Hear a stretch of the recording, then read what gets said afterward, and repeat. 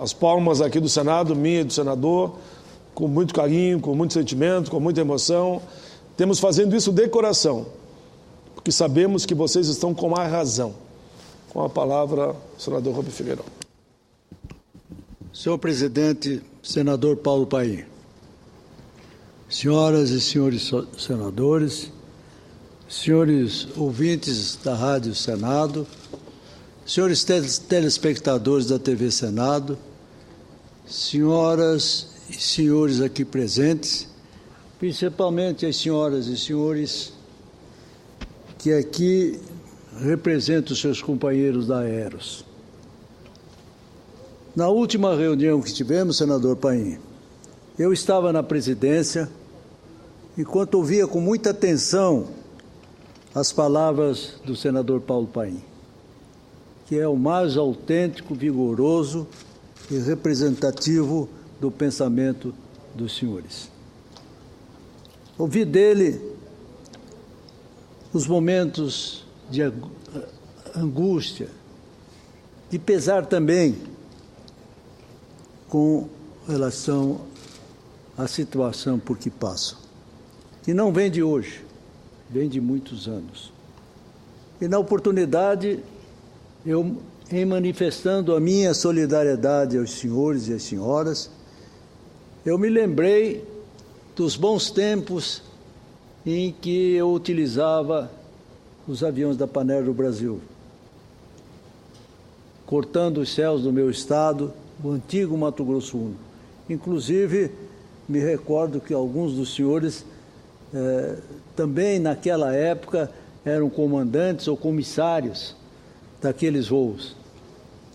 Eu voava principalmente para o Rio de Janeiro, onde eu fazia o curso universitário de Direito. Depois a Varig. Me recordei aqui das viagens internacionais que eu fiz, inclusive para o Oriente, voando naqueles aviões que traziam a bandeira do Brasil. Isso era motivo de extremo orgulho de todos nós. Os fatos que ocorreram depois e que levaram ao debate econômico da Varig foram sentidos por todos nós, por todos os brasileiros. E esse sentimento se agrava agora, com a situação que os senhores e senhoras estão enfrentando. Eu penso, senhor senador Cristóvão Buarque, senhor senador Paulo Paim, que talvez pudesse haver uma solução definitiva para essa justa e consagrada reivindicação, porque foi apoiada pelo Supremo Tribunal Federal. Eu fui constituinte, como foi o senador Paim, e me recordo perfeitamente que existia um dispositivo, ou existe um dispositivo na Constituição, que chama-se mandato de injunção. Quando o Poder Executivo não cumpre uma determinação, não cumpre uma lei, pode ser feita uma reclamação através dessa figura processual do mandato de injunção, para que, sob pena de responsabilidade, o Poder Executivo cumpra imediatamente a decisão do Tribunal Superior. Eu não sei se cabe, eu estou apenas lembrando isso aí como uma possibilidade que se poderá utilizar amanhã, não é, para que o governo não fique nesse processo de protelação, que vem não desse atual governo, vem de outros governos. A luta dos senhores, creio que tem mais de 20 anos. Talvez, senador Paulo Paim, Vossa Excelência, que conduz tão bem essas tratativas junto ao governo federal, não é, pudesse imaginar uma ação nesse sentido, que é uma ação coercitiva, que vá obrigar o governo a se entender com a Aeros no sentido de cumprimento da lei, da decisão judicial de acordo com a lei. É uma sugestão que eu deixo aqui a Vossa Excelência, senador Paim, ao mesmo tempo que transmito mais uma vez a todas as senhoras e senhores da Aeros a minha mais integral solidariedade. E se me for possível, de alguma forma, somar aos esforços do senador Paim, podem vossas senhorias terem a certeza de que eu estarei presente. Eu diria até que estou sentindo na pele o sofrimento que os senhores têm. Portanto, no início desse meu pronunciamento, as minhas palavras sejam de solidariedade ao hercúleo trabalho que estão realizando em prol dos seus companheiros presentes aqui em Brasília, com as dificuldades que o senador Paim delineou. Meu respeito, profundo respeito aos senhores, ao par da minha solidariedade. Muito obrigado. Muito obrigado. Mas, senhor presidente, venho a esta tribuna também para dizer como vossas excelências, senhoras e senhores senadores, tenho recebido manifestações de liderança de vários setores da comunidade nacional. Manifestações que não alcançaram ressonância como seria devido por parte dos setores importantes da administração federal, que entendo importante serem ressaltadas nesta tribuna, como Vossa Excelência e modestamente eu podemos fazer agora de solidariedade aos nossos irmãos que representam a Aeros. Hoje, senhor presidente, desejo focalizar em uma que me chamou a atenção e que surgiu do relato que recebi de dirigentes do Sindicato Nacional dos Servidores do Plano Especial de Cargos da Polícia Federal. Realmente, esse setor do qual fazem parte os serviços administrativos da Polícia Federal, há tempos vem reclamando a atenção devida aos seus reclamos. Permito, senhor presidente e o senador Cristóvão Buarque, reproduzir desta tribuna, com o sentimento de fidelidade ao que ouvi, a, por assim dizer, dramática condição dessa categoria no exercício de suas obrigações funcionais. Devo dizer, os servidores administrativos da Polícia Federal não são tão conhecidos da população quanto são os policiais federais. Isso ocorre porque os administrativos atuam nos bastidores, garantindo o bom funcionamento do órgão.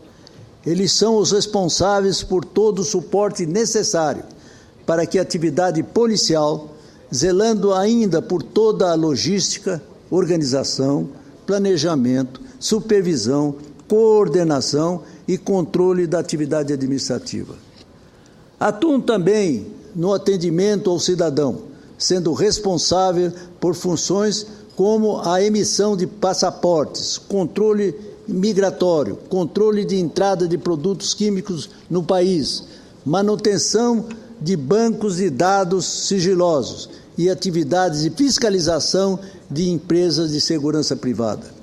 São exemplos de servidores administrativos, médicos e psicólogos, os técnicos de comunicação, os pedagogos, os técnicos em assuntos educacionais que preparam a grade curricular do curso de formação de policiais, administradores e contadores, técnicos em comunicação, agentes administrativos, entre tantos outros profissionais.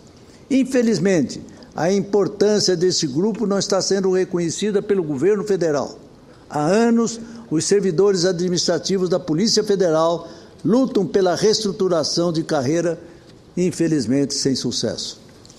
Satisfeitos com o descaso do Poder Executivo, parte dos servidores da categoria tem saído da instituição para atuar em outros órgãos públicos.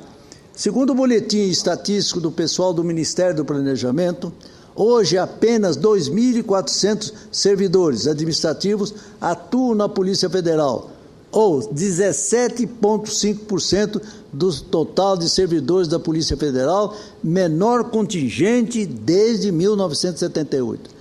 Número pequeno, se considerarmos a enorme demanda da instituição em todo o território brasileiro. Só a título de comparação, o FBI, a Polícia Federal Americana, Modelo de eficiência. Existem 2 servidores administrativos para cada policial.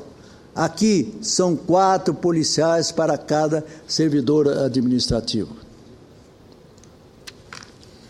Os integrantes da categoria estão desistindo de atuar na área, principalmente por causa do salário, considerado baixo diante da complexidade das tarefas a executar.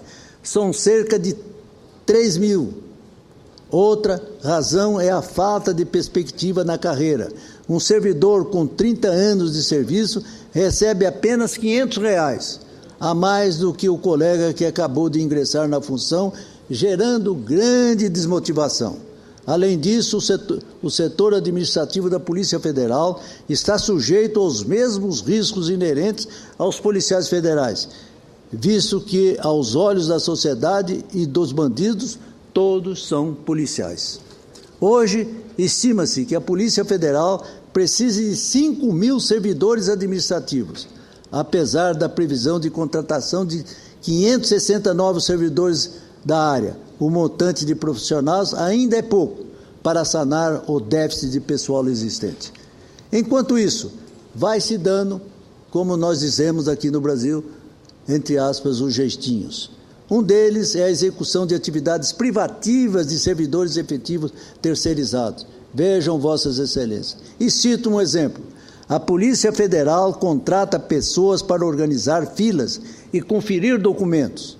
Mas, devido à carência de pessoal, elas acabam sendo deslocadas para dentro dos guichês, onde autorizam a entrada de estrangeiros, concede passaportes para os brasileiros que deixam o país.